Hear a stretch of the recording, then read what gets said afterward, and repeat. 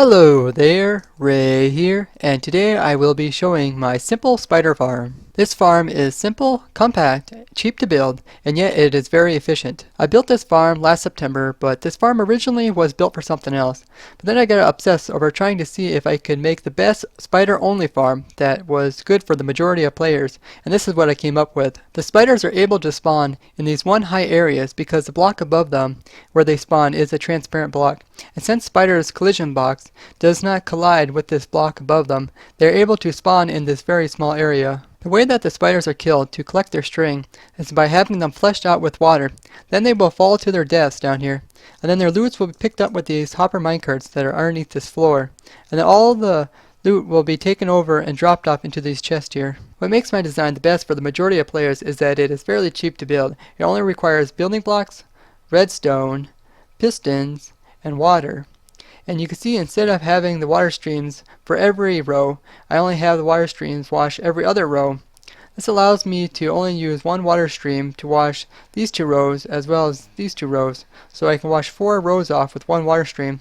This saves on having water updates, which can cause lags, as well allows me only to use 1 piston instead of 4 pistons, which also helps towards lag.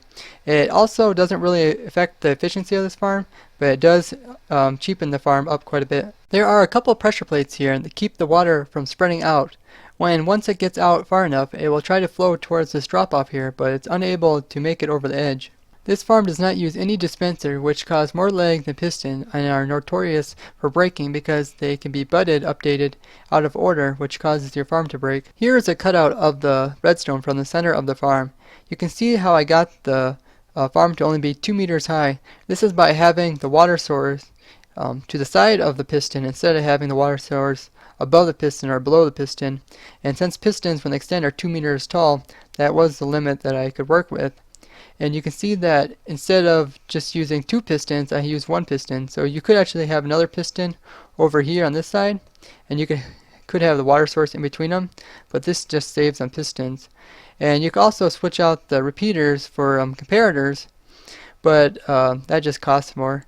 And you can see that the blocks in the spawning floors, like right here, are actually the wiring blocks. So the wiring blocks are within the spawning area, and you can see that the actual wiring is within the floor itself, and the floor above it wiring block is protecting this redstone down here from getting washed away by this water. And you can see that the repeaters are just zigzagging, so this repeater goes all the way to that end, then comes back up and zigzags this way. And the whole farm makes an entire loop, allowing the signal to travel all the way through it and then just repeat itself without having a clock. To start the farm up, you will want to have the wire completely powered all the way around the entire loop. Then you can just remove this power here, and then what you'll want to do is remove this redstone dust to let a delay of no power go through. This will allow the water to come out for about 4 seconds. So 1, 2, 3, 4. Now we'll put the wire back, and we can see that there is kind of this wave effect of the water. And this allows the spawning pads to be mostly dry so the spiders can spawn on them. And then every once in a while this wave will come through and just wash the spiders off. The cobble slabs here are not needed in 1.9 since mobs cannot spawn on redstone wire, but in 1.8 you'll need to have some slabs here to block this wiring here. And you can see that I use stairs in the spawning floors. This is to prevent the spiders from climbing up the walls and then being up. If there were slabs here, they can be up high enough so that the water wouldn't be able to push them out of the way. And you can see that I have an overhang over top the entire farm. This just allows you to operate the farm during the daytime. The farm that I built here is pretty small if you're trying to keep the mob cap full at all times, but it still produces over 2 double chests of string per hour. If you would want to get more string per hour, you can make this farm taller, you can make it wider, or you can mirror it and put this farm on the other side here, have them share the same killing chamber. But the way you would build this is that you would build this up in the air so that you can AFK high up so that it would not load any caves down below. And one of the best places to build it is in a deep ocean here, because in a deep ocean there's not too many caves and you can easily not worry about having any mountains or anything nearby, and you can keep the farm relatively low. This glass sphere represents the area which mobs can spawn in when the player is up AFKing up above, and any mobs that are outside of the sphere will despawn instantly. So for the best results, you want to be AFKing 110 meters above the killing pads down there. So way up here where you will want to be AFKing. And this just allows you to see, you can see how the sphere down here is not intersecting with any of the caves down below.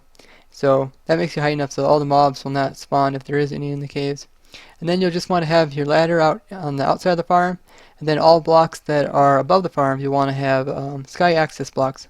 So fences or cobble walls or glass can go here, and then you could just AFK out here above the farm. Once in a while a spider jockey will spawn within the farm, and they will either dismount the spider within the farm or they will fall down to the killing floors here, and they either die or they will despawn naturally over time. There is a world download in the description if you would like to see exactly how this is built up. So there you have it guys, a simple spider farm that will satisfy the needs of most players. If you found this interesting, show me the like. If you would like to see more unique farms like this, subscribe, and don't forget to comment. Bye bye!